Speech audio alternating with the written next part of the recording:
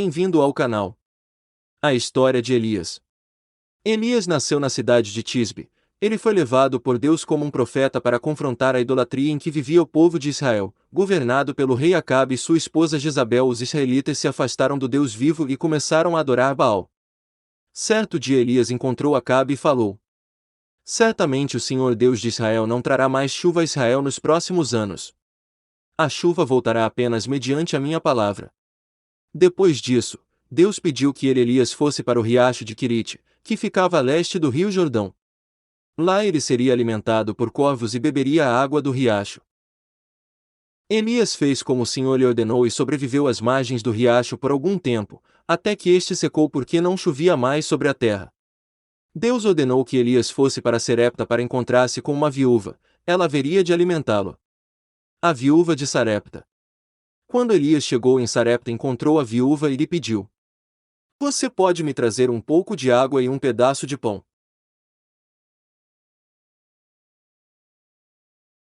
Mas ela respondeu: Meu senhor, tenho apenas um pouco de farinha e óleo em meu jarro.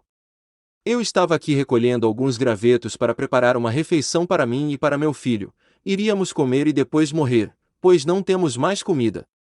Elias então disse à viúva: Não tenha medo. Vá para casa e faça um pequeno bolo com o que você tem e traga para mim e depois cozinhe para si e para seu filho. Porque assim diz o Senhor: A farinha da panela não se acabará, e o azeite da botija não faltará, até o dia em que o Senhor dê chuva sobre a terra. E Reis 17h14. Ela fez conforme tudo que Elias tinha orientado e de fato, seu azeite e sua farinha não acabaram.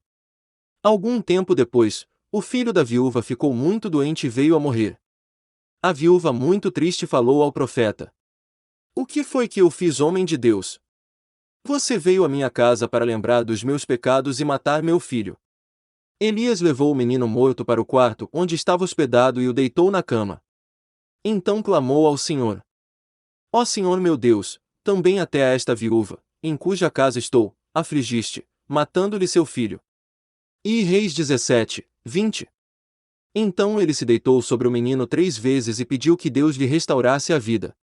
Deus ouviu a oração de Elias e reviveu o menino. Elias devolveu o filho à mãe e declarou: Agora sei que tu és de fato o homem de Deus.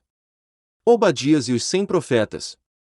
Passado 3 anos de seca, Deus pediu que Elias se apresentasse a Acabe, pois tinha decidido que iria mandar chuva outra vez. Elias foi encontrar-se com o rei. Naquele tempo o rei Acabe pediu ajuda para Obadias, um dos responsáveis pelo palácio, para administrar a quantidade de comida que ainda tinha sobrado na cidade.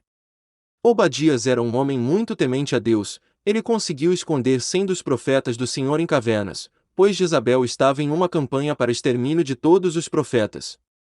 Os 2 altares e a resposta de Deus. O rei Acabe e Obadias se dividiram em uma jornada para procurar o que restou de comida nos territórios do reino. Quando Obadias estava em sua jornada, ele encontrou Elias, ajoelhou-se diante dele e disse: És tu mesmo, Elias? Sou. Vá dizer ao seu senhor Acabe que eu estou aqui e desejo falar com ele. Obadias dirigiu-se a Acabe e passou a informação. Quando Acabe encontrou a Elias, lhe disse: É você mesmo, o perturbador de Israel. Confira esse trecho da história com detalhes no artigo Elias e os profetas de Baal no Monte Carmelo. Depois de derrotar os profetas de Baal, Elias disse a Acabe: Acho melhor você ir comer e beber, pois já ouço o barulho da chuva. Elias subiu ao Monte Carmelo com seu ajudante, se ajoelhou e ordenou que o ajudante olhasse em direção ao mar. Não há nada lá, disse o ajudante. 7 vezes Elias mandou-o volte para ver. Na 7ª vez o ajudante disse: Vejo uma pequena nuvem do tamanho da mão de um homem. Vá avisar a Acabe que prepare o seu carro e desça para Jezreel antes que a chuva o impeça. Pouco depois disso, nuvens escuras apareceram no céu e começou a chover fortemente. Acabe partiu para Jezreel. O poder de Deus veio sobre Elias e este correu à frente da carruagem de Acabe até chegar a Jezreel. Calcula-se que a distância que Elias percorreu era de mais ou menos 30 quilômetros. A perseguição. Então Acabe contou a Jezabel tudo o que Elias tinha feito e como tinha matado os profetas de Baal. Jezabel ficou furiosa e mandou um mensageiro dizer a Elias: que os deuses me punam se amanhã a esta mesma hora eu não fizer com você o que você fez com os profetas de Baal. Elias sentiu medo e fugiu, caminhou para o deserto e parou embaixo de uma árvore. Orou dizendo: chega, não aguento mais. Senhor, tira a minha vida. O profeta dormiu embaixo da árvore, e um anjo acordou e tocou nele dizendo: levanta e come, Elias. Ele se levantou e encontrou uma porção de pães assados e uma jarra de água a seus pés, comeu e voltou a dormir. Então o anjo apareceu novamente dizendo: come e bebe porque tua viagem será muito comprida. Elias comeu novamente e fortalecido viajou 40 dias e 40 noites até chegar no Monte Horebe e entrar em uma caverna para passar a noite. Quando estava ali Deus falou com ele dizendo: o que você está fazendo aqui, Elias? Ele respondeu: Senhor, tenho sido muito dedicado por ti e pela tua casa. Mas os israelitas quebraram os teus altares e a tua aliança e mataram os teus profetas. Somente eu sobrei e agora procuram também tirar minha vida. Então Deus disse: Elias, fique no monte, na minha presença, porque vou passar diante de ti. Então veio um vento forte e despedaçou muitas rochas, mas Deus não estava nesse vento. Depois veio um terremoto, mas Deus não estava no terremoto. Depois do terremoto surgiu um fogo, mas Deus não estava no fogo. E depois do fogo veio um suspiro em uma brisa suave. Quando Elias ouviu a brisa, saiu da caverna e tapou o rosto com suas vestes e uma voz lhe perguntou: o que você está fazendo aqui, Elias? Vai, volta pelo teu caminho para o deserto de Damasco, e chegando lá, unge Azael rei sobre a Síria. Também a Jeú, filho de Ninsi, ungirás rei de Israel, e também a Eliseu, filho de Safate de Abel-Meolá, ungirás profeta em teu lugar.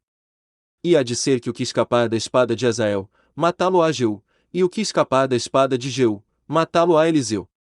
Também deixei ficar em Israel 7.000, todos os joelhos que não se dobraram a Baal, e toda a boca que não o beijou. 1 Reis 19, 15, 18. O chamado de Eliseu. Elias encontrou Eliseu arando um campo e jogou sua capa sobre ele. Eliseu pediu para que o profeta apenas o deixasse despedir-se de seus parentes.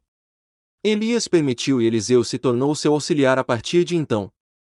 A profecia contra o rei Acasias. Depois da morte de Acabe, seu filho, Acasias passou a reinar sobre Israel. Certo dia, Acasias caiu da sacada de seu palácio e ficou muito ferido. Então mandou os mensageiros consultarem Baal-zebub, deus de Ecrom, para saber se ele se recuperaria.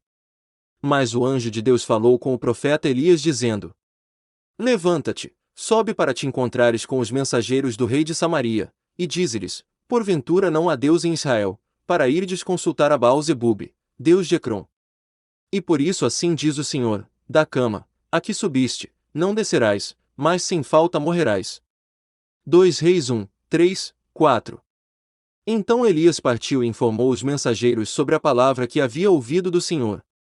Ao chegar essa notícia aos ouvidos do rei Acasias, este mandou 50 soldados irem buscar a Elias. Elias se encontrava no alto de um monte quando os soldados o chamaram. Homem de Deus! O rei ordena que tu desças. Respondeu Elias: se sou homem de Deus, que desça fogo dos céus e consuma você e seus 50 soldados. E nesse momento o fogo desceu dos céus e consumiu os soldados. O rei Acasias, ao saber disso, mandou mais 50 soldados e de novo o fogo dos céus desceu e consumiu os soldados. Um terceiro grupo foi enviado, mas desta vez o oficial responsável se ajoelhou ao se aproximar de Elias e clamou pela própria vida. Homem de Deus, tem piedade de mim e dos meus 50 homens. Um anjo falou a Elias: acompanhe-o, não tenha medo dele. E Elias foi encontrar-se com o rei e anunciou o que já havia profetizado antes. Acasias morreu exatamente segundo a palavra de Elias. Elias é levado aos céus. Elias e Eliseu pararam às margens do rio Jordão. Então Elias tirou seu manto, enrolou ele e bateu na água 2 vezes. As águas se dividiram e eles passaram pelo meio do rio, em terra seca. Ao chegar do outro lado, Elias disse a Eliseu: o que eu posso fazer por você antes que eu seja levado? Faz de mim o principal herdeiro do teu espírito, me dê a porção dobrada do teu espírito profético, respondeu Eliseu. Elias afirmou que se Eliseu visse o seu arrebatamento, seu pedido seria atendido, caso contrário, não seria. De repente, enquanto caminhavam, apareceu um carro de fogo puxado por cavalos de fogo e levou a Elias.